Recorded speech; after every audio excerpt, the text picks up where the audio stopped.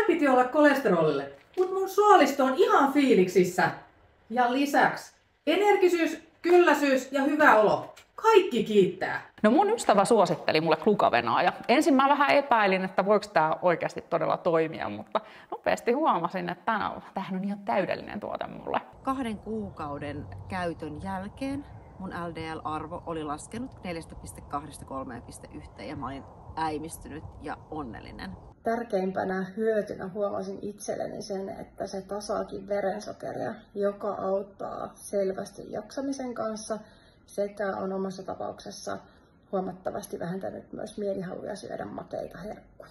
Sokerihimo on kadonnut ja olo on oikein kivaa ja on semmoinen tasainen olo. Aterioiden jälkeen kylläisyysaste on ihan selkeästi pysyy pidempään. Lisäksi mä oon huomannut nyt kuukauden säännöllisen käytön jälkeen, että glukaveenan maitohappobakteerit vähentää minulla vatsan turvottelua. Mulla on pysynyt kylläisyyden tunne tosi pitkälle päivää, kun mä aamulla nautin oman glukavena-annokseni. Eli toimii myös apuna painon hallinnassa. Käytettyäni 2 kuukautta glukaveenaa kävin tarkistuttamassa kolesteroliarvoni ja LDL-kolesteroli, eli se niin sanottu huono kolesteroli, oli laskenut. Mulle on tosi tärkeää, että tuote on luonnollinen ja tehokas ja sillä ei ole mitään haittavaikutuksia. Myöskään verensokeri ei heittele samalla tavalla, mikä auttaa jaksamaan tasaisemmin läpi päivän.